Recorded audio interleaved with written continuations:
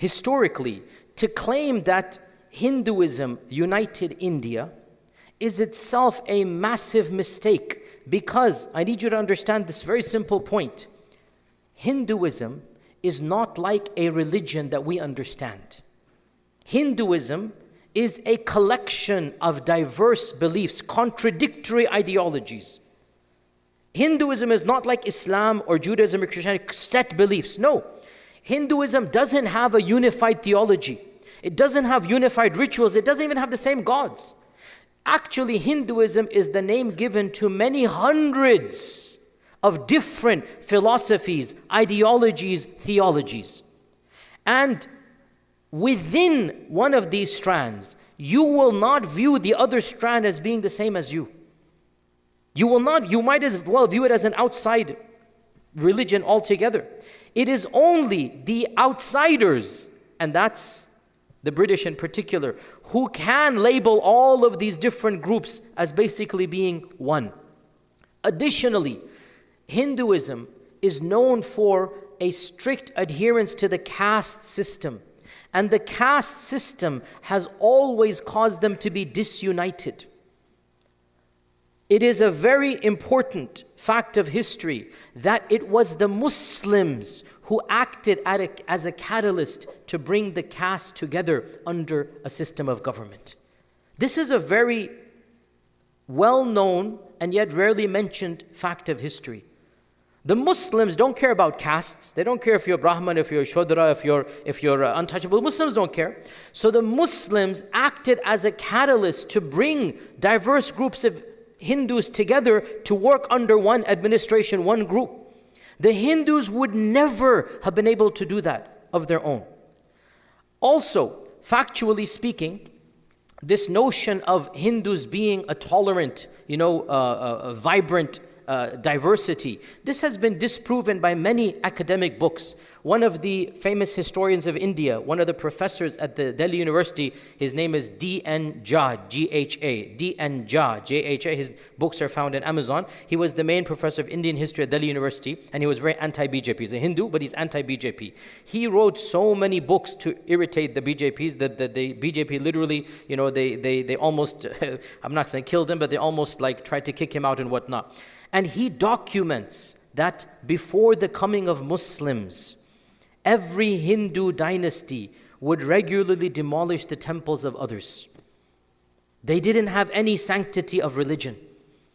And in fact, he mentions the number of temples demolished under Muslims is a fraction of what was demolished pre-coming of Islam. And he and others mention that Hindu-Muslim sectarianism only began with the arrival of the British. We're going to come back to this point multiple times. This is historically. Politically, India was never united, ever. Even under the Muslims, it was never united. India was always multiple competing dynasties. And the largest dynasty and the largest empire before the coming of the colonizers, the British, was without a doubt the Mughal dynasty. If India had any unity, it is because of the Mughals. No other dynasty ever conquered even a fraction of the land the Mughals did simultaneously.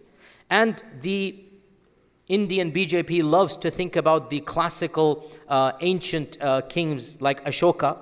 Ashoka's dynasty in 250 CE was literally 1/6 the size of Aurangzeb's. Ashoka had nothing compared to Aurangzeb. So the very notion of a unified India does not exist.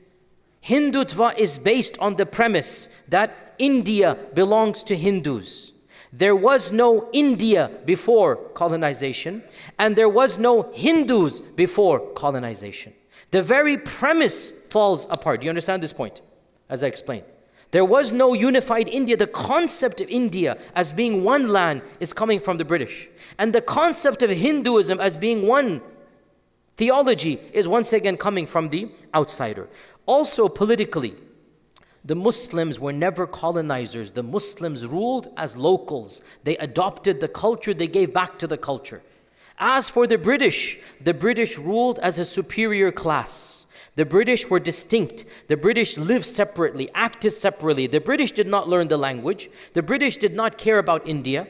The British lived as a superior caste amongst all of them. As for the Muslim dynasties, all of them, they lived with the people, like the people. And they took charge as they are a part of the people. And in fact, they defended India from external invaders. One of the iconic battles that every Muslim should mention in these types of discussions, when the Mongols invaded. You know, the Mongols sacked Baghdad, 1248. The Abbasi Khilafah came to an end. When they finished Baghdad, they turned their attention to India. And they attacked India. Who defended India against the Mongols? Alauddin Khilji. Alauddin Khilji, the Turkic, the Muslim. This is pre-Mughal. This is way before Babur. If you don't know your history, Babur comes, 1450, right? 1500. We're talking about Alauddin Khilji in the 1280s, 1290s. This is way before Babur. Khilji is from the Delhi Sultanate, way before them. He is the one of the few generals and leaders in human history who defeats the Mongols.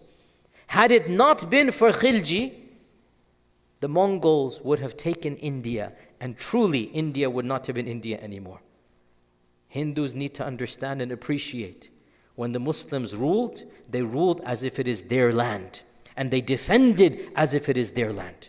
That's exactly what they did over here. And that's why in the War of Independence, 1857, when they rebelled against the British, when the Hindus needed an icon to fight behind, the Hindus and the Muslims chose Khan Bahadur Shah Zafar, the last Mughal emperor. The Hindus rallied the Mughal emperor, you be our leader against the British. They understood they were one against the Angrez, against the British. They understood this. And again, one point we're going to mention over and over again, this division of India into Hindu and Muslim hating one another, it is straight from the British playbook. How does the British play? Divide and conquer. How does the British rule over vast territories? Divide and conquer. And they manifested this tactic most apparently in India. And the sad reality, BJP is not coming from the Vedic scriptures. BJP is coming from British tactics. This is the sad reality. Hindutva is not coming from ancient Hinduism. Hindutva is coming from a seed planted by British imperialists. The notion that India was a great civilization and the Muslims pillaged and whatnot, this notion was first advocated by the British.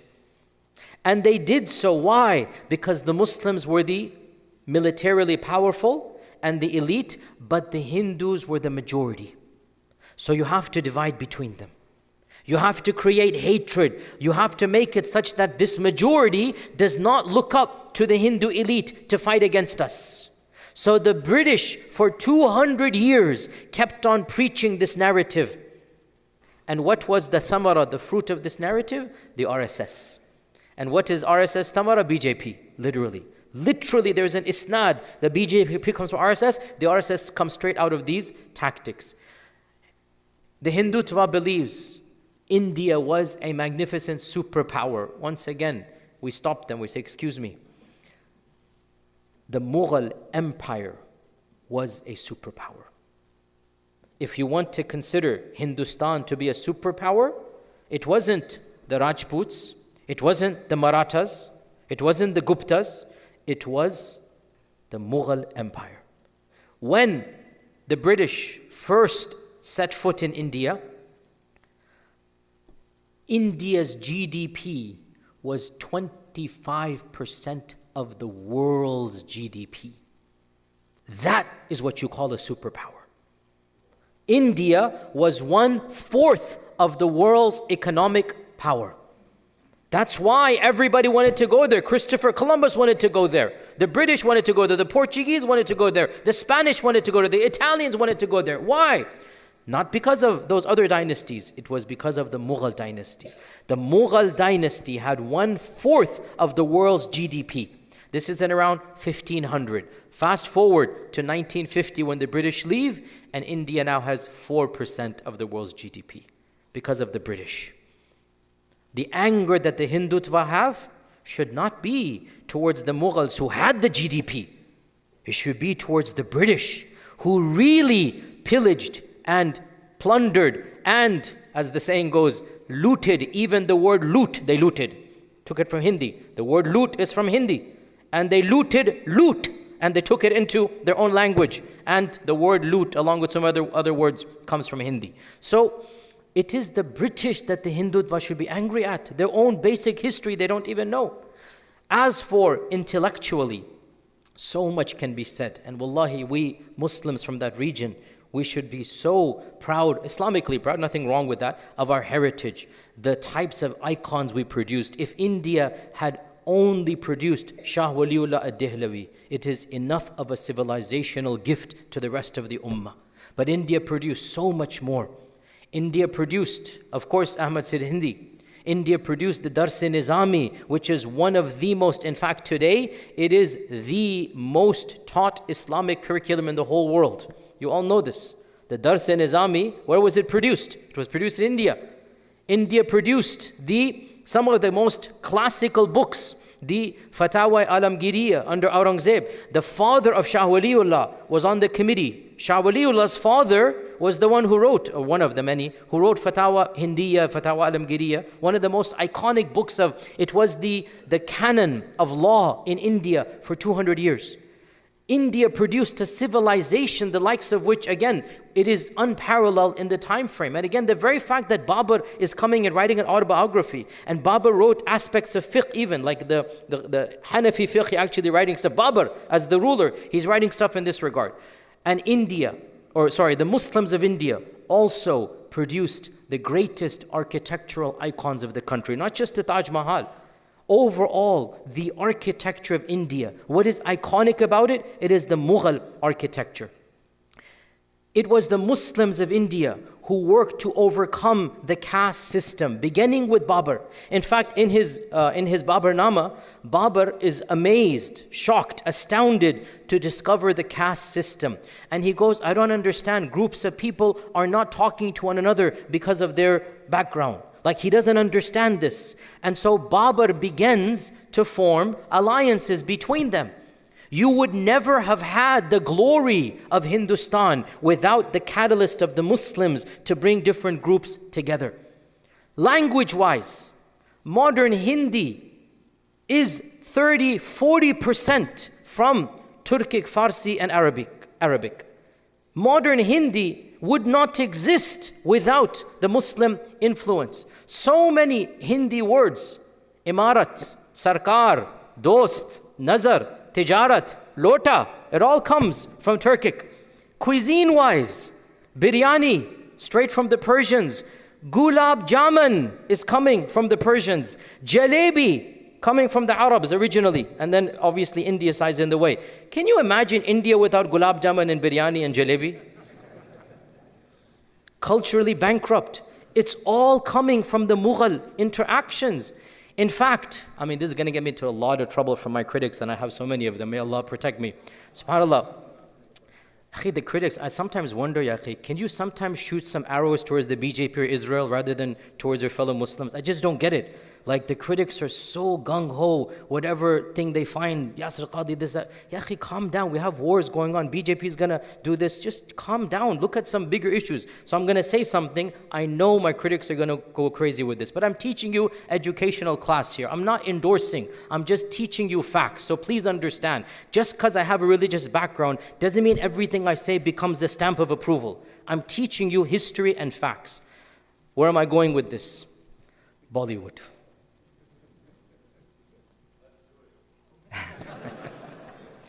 This is going to get me into a lot of trouble.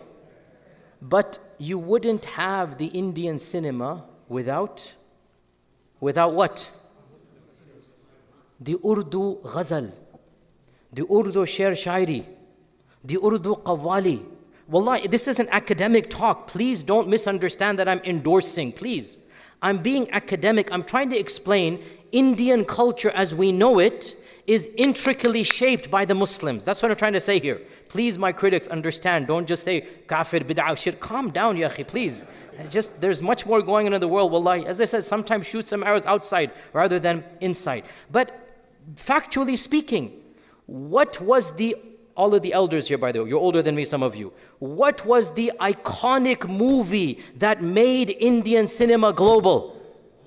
Look at this. Everybody, you heard what he said, right? Everybody knows this.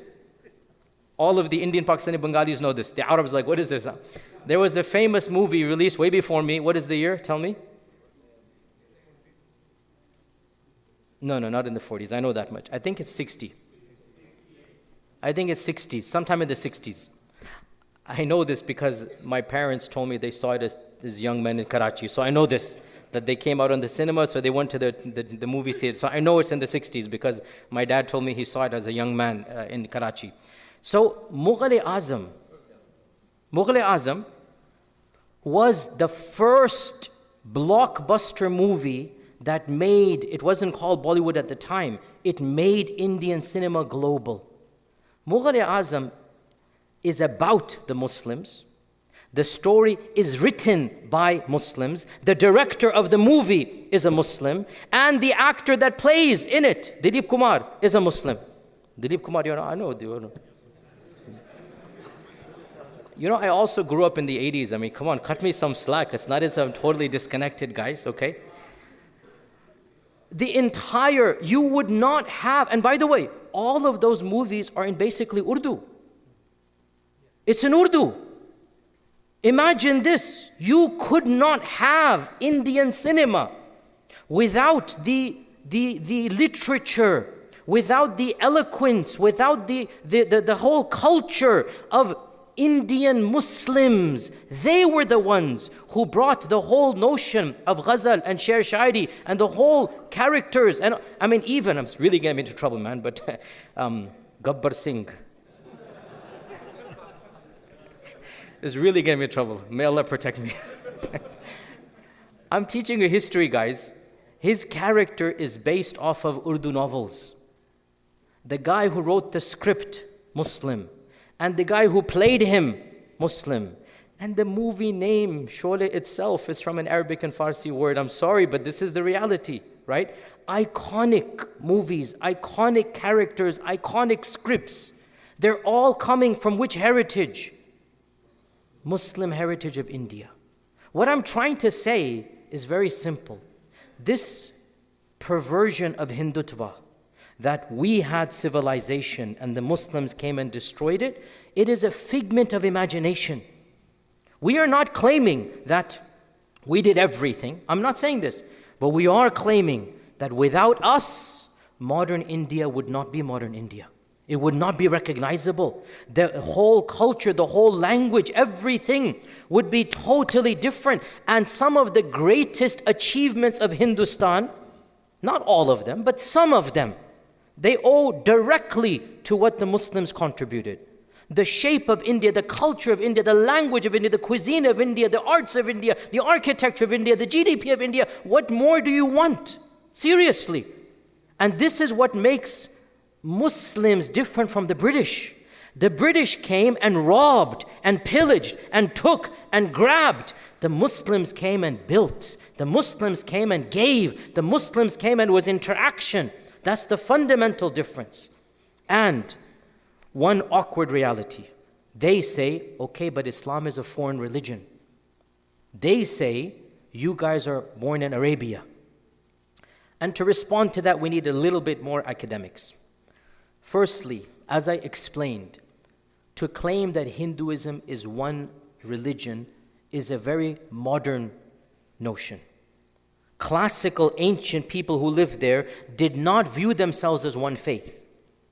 You understand this point, that the number of gods in Hinduism is in the hundreds of thousands. And when you worship Vishnu versus Rama versus this, you might as well be on a different faith. There's no commonality between them. And that's why even we understand southern India, Malayalam types and Kerala is very different from northern India. Ethnically different, ideologically different, culturally different. These are very distinct civilizations. So the notion that only us, we are foreign, it doesn't make any sense. Also, Muslims have been in India literally since the time of the Tabi'un. Literally, 700 CE. It's not as if it's something recent. But they say, but it was the Mughals who spread Islam. Before the Mughals, Muslims were 5%. The Mughals, it came to 40%. Firstly, this is true. When Babur came and enters, Babur comes and Muslims are less than 5% in India. Very small percent. The Delhi Sultanate and whatnot, very small.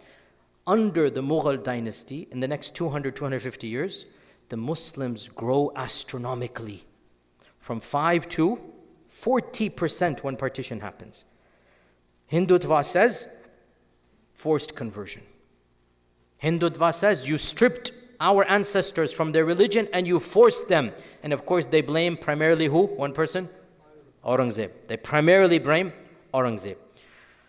So one of the most famous researchers in this regard is Professor Richard Eaton here in America. He's a historian. Richard Eaton has specialized in conversion in India. He has written books and articles. Very neutral guy. He's not a Muslim, he's not a Hindu, he's just a historian. And Richard Eaton answers this question in a number of publications very meticulously. I have glanced over some of them, and I didn't read them page by page, but I've glanced over some of them to get an idea of where he's coming from. He literally goes over court documents in every century, looking at Muslim Hindu names. He goes over ancient records, and he plots out the rate of conversion. Very, very meticulous work. He plots out the rate of conversion under the Mughals. And to make a long story short, he says that there is no evidence of significant forced conversion. There's nothing like this. Sure, maybe some crazy person might have done it in some village somewhere, but as a policy, never. Never did any emperor, including Aurangzeb, this is just a myth and a lie, that mass conversion took place. Rather, according to Professor Richard Eaton, conversion takes place organically around high populations of Muslims. Not where the centers of leadership are. Rather, where there's large groups of Muslims, such as the Punjab, such as the Bengal, you get people converting around there, which indicates conversion was one-on-one organically and not politically up-down. Conversion was bottom-up. Conversion took place when the people are interacting with the Muslims. One-on-one. Simple da'wah. Not forced conversion. This is the conclusion of a Western historian who specializes in this. And just FYI, just on a personal anecdote, I have done quite a lot of research in my own family history in this regard, and I found the exact same thing. I'm not at all ashamed to mention, 5 generations ago, from my father's, literally father's side, 5 generations ago, my ancestor was a Brahmin Hindu in Lucknow. We discovered this fact, and it was something that I didn't know at the time. It was something that was an eye-opener for me. 5 generations ago, 1850, my own ancestor was a Brahmin, and he converted. And we know exactly, I visited the village, I saw the house he lived in, I saw the masjid he built. And the story of conversion was exactly this. Anecdotally, that interacting with, a peer, a Sufi Shaykh, interacting with a religious person, and he's impressed with the akhlaq, and he converts. And from my grandmother's side, we know that, and I thought this was a myth, but I've uncovered it's true, we come from the descendants of the Abbasid Empire. When the Mughals came, the Ahl al-Bayt, the Abbasids, fled to India, and so their descendants came. And I'm just saying anecdotally, I am a product of that land. From one side, literally a Brahmin Hindu, and from another side, literally the Sayyid. This is exactly what India is. It's the coming together of these cultures and civilizations. That's exactly what India did. So this notion of forced conversion is completely false. Rather, it is one-on-one interactions with the people. It is the beauty of Islam. Other academics say, one of the main causes of conversion was the Brahman arrogance against the lower caste. Don't blame Islam. The Brahman arrogance of not interacting, not touching, not this and that. And the lower castes feel, why should I be in a faith that's going to treat me this way when Muslims are all egalitarian? So rather than again blame us, look internally over there. So conversion in India was never forced. Had it been forced, it would not be only 40%. You want to see a forced conversion? You want to see a forced conversion? Look at the Philippines. The Philippines. What religion is the majority of Philippines? What type? Catholic. They are Pakka Catholic, hardcore Catholic. What is Catholicism? And they're very hard Catholic. What is Catholicism doing in the Philippines? On the other side of the world. 85% of the country, Catholic. How did that happen? The Spanish. That's what you call forced conversion. Mughal India, had it done forced conversion, it would not just be 40%. Impossible. Impossible. So no, there is no forced conversion here. Bottom line, before I get to the final part, then we conclude. Bottom line, the Hindutva notion of history is absolutely mythology. It doesn't have an iota of facts to it. And never in the history of India was there an all-out Hindu versus Muslim war. Never, until the British came. Under every Mughal emperor, you had Hindus fighting. And under every Indian emperor outside of Mughals, the Rajputs, the Marathas, you had Muslims fighting. It was a political war. It was never an all-out Hindu versus Muslim. I'm not saying we're the same. Of course, we're not the same. But they understood that we're not going to fight each other and kill each other just because we have different faiths. The first time Hindu-Muslim riots break out is in the 1850s under the British. And why? Because the British started this tactic under Warren Hastings, if you know the name, and then especially the most evil of them, Lord Curzon. Lord Curzon in the 1880s. These people were downright evil. And they had an intentional tactic of divide and conquer. And Warren Hastings in particular was one of the main people, this in the 1700s. He began claiming to the Hindus that it is the Muslims who have put your Vedic culture behind. It is the Muslims you need to blame. Obviously, he's the British. What's he going to say? Don't blame us, blame them. So as the one in charge of the East India Trading Company, there was no Raj in his time, he's in charge of the East India Trading Company, Warren Hastings begins this plot, this ploy. We're not the ones you should blame, oh majority of Hindus. Those Muslims are the evil people. Believe it or not, the BJP is the great-great-grandson of Warren Hastings' type of ideology. That's where it is coming from. So to conclude, I talked about the history, I talked about the Hindutva ideology. What are the political ramifications now of the destruction of the temple, of the mosque, and the building of the temple? There is no question that this is a massive symbolic triumph of the false narrative of Hindutva. It is a physical manifestation of their false mythology. It is a physical manifestation of their claim that India is for Hindus only and that Muslims should be wiped off just like the Babri Masjid was wiped off. Just like the masjid was physically destroyed and replaced with the temple, so too goes the idea we need to get rid of the Muslims and replace them with us. And that's why across Indian media, across all newspapers, Muslim dignity is being violated. Minor incidents, mob incidents are on the rise. And if you listen to Modi's speech, I swear to you, it is reminiscent of Hitler's first speech when he became the Führer.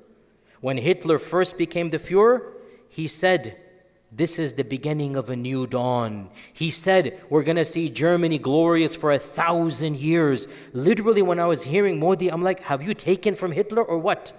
The same phrases that you heard from Hitler in 1933, we're hearing from Modi in 2024. The exact same. Nazism, BJP, and Zionism are all three sides of the same ideology. The BJP and the Zionists have strong relationships. Why? Hindus love the Zionists. Right now we're witnessing Gaza. I'm going to link it into Gaza. Why do you think the Hindutva, I should say, when I say Hindus, I should scrap that, Hindutva. There are many Hindus, they're good people, and obviously the theology is wrong. I have to say this because again the refuter is going to come and say, oh, you said the Hindus are good people. I'm saying their theology is wrong, but they're not going to be people that are going to kill us just because they're Hindus. The Hindus were not like this. The Hindutva and the Zionists form alliances together. Why? Because they're the same ideology. Ethnic superiority, religious zeal, and nationalism for one group. That's Zionism, and that's Hindutva, and that's Nazism. The exact same ideologies over and over again. And this is why here in America, the Hindutva are supporting Zionism. They are showing up at pro-Israeli lobbies, pro-Israeli rallies, and showing their support. Online, the Hindutva is supporting the genocide and making fun of Palestine and the Muslims. Modi and Netanyahu are very good friends. They have met multiple times. When you see them, you think they're two long-lost brothers because they are long-lost ideological brothers. They are literally the same size of this, the two sides of the same coin, because both of them are calling for cultural genocide. Both of them are calling for historical genocide. There were no Palestinians in Palestine, the Zionists say. There was no, other people except us, the Hindus say. They want to erase the memory of Palestine. Even hummus becomes Israeli. It's not, like the ma'raka that takes place here. Same with the BJP. Everything is us, not them. So they want to eliminate Palestinians. They want to eliminate Muslims. The same ideology. What happens when you want to eliminate the culture and history? You start eliminating the people. Israel is doing this. Israel has begun. What does this mean for the BJP then? What does it mean for the Muslims of India? I want to conclude by stating, I wish I could conclude on a positive note. But I have nothing positive to say historically or practically, only positive from Allah subhanahu wa ta'ala and the Iman. But from the reality around us, it appears that the situation in India is going to go from very bad to much worse. This triumphant success, this is a success at the highest level. We couldn't have imagined a bigger cultural success for the Hindutva. And everybody is scared of speaking against him. Just like the Führer and Hitler. And those who do are marginalized, lose their jobs. It's only going to be a matter of time. They already get exiled. It's already happening. Hindus who speak against Hindutva have to flee for their lives to America and other places. Just like Nazi Germany. We are seeing the exact same reality in India. And it is terrifying for me and all of us. I still have family, extended, third, fourth cousins, but still I have family in that land. These are my people. In the end of the day, they're all of our peoples. And even if they weren't, they're our Muslim brothers and sisters. The future does not look bright, wallahi. So my advice, and I know some of them listen to this online, my advice to the Muslims of India, first and foremost, return to Allah subhanahu wa ta'ala. You will need Allah's help. Secondly, unify amongst yourselves. O Muslims of India, now is not the time to be divided on any lines. Wallahi, this is one of our biggest problems. We see it now, even the pettiness of firaq, the pettiness of refutations. How foolish can you be? We have it in America. Imagine in India it's going on still. Oh, this is Barelvi, oh, this is Sufi, this is Salafi, this is Ahli Hadith. Come on. There's a time and a place, discuss it later on. Right now, you are one ummah. Right now, it doesn't matter when the Hindus come, they're not going to ask what your firqa is. They're not going to ask which madhab you follow. One ummah, one God, one Quran, one qibla. Come together for His sake. Leave this firqa bazi and backwardness. Leave it. We have bigger things to deal with. And start becoming proactive. I'm not in India. I don't know what to tell you, but I do know you need to become politically savvy, politically active. You have allies in other communities, non-Muslim communities. Nothing wrong from the seerah. You take those allies. There are people that want the truth to be in India. They want a civil society. They are your allies. They want to live in a democracy that's not going to be killing people. They are your allies. Go and find them. Form alliances with them. Be proactive in this regard. And as for us outside of India, it is our duty to raise awareness. It is our duty to lobby as much as we can. It is our duty to try to stop this because, subhanAllah, we conclude on this point. The most reputable NGO when it comes to genocide is called Genocide Watch. You can Google it, genocidewatch.org. And they have said that in all the countries in the world, this was a few months ago before what's happening in Gaza, India is the closest to an all-out next genocide. On a scale of 1 to 10, India is 8 and 9 in different areas. On a scale of 1 to 10, India is 8 to 9. 10 is too late, it's gone. India is already 8 in some levels and 9 in other levels.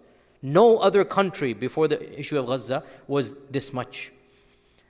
We are at a crisis right now, and every one of us needs to help. If you have relatives in India, wallah, and I know this is going to get me into trouble, my advice to people that I have spoken to is if you can get out, get out. This has been my advice. I could be wrong in this. I don't know. This is a very difficult thing to say. I don't know. But safety of your own families, your own women, our sisters, wallahi, may Allah protect. But what happened in 1947, maybe it's going to be even worse. 1947, for those who don't know, the largest mass migration in human history took place. The largest mass migration in human history. 15 million people crossed borders. And the amount of massacres and astaghfirullah, rapes and rampaging and pillaging and 2 million people dead. How much houses torn down, how much, that is going to be a fraction of what might potentially happen there now next. So I wish I had positive news, but still our iman teaches us we hope for the best in Allah subhanahu wa ta'ala, but we take our measures, we take precautions. My final ask to all of you, follow the news, spread awareness, make dua. And for those of you who are experts and can tell us what to do specifically, my job is not to lobby, I don't know. My job is not to politics, but to raise awareness and to educate. For those who know, come to us, come to me. Let's see what we can do to try our best to stop what seems to be the path to a very, very dark future. This is like Nazi Germany in 1930 all over again, literally. Nobody learns from history. We have to try our best to learn. May Allah subhanahu wa ta'ala protect the Muslims of India and all over the world. May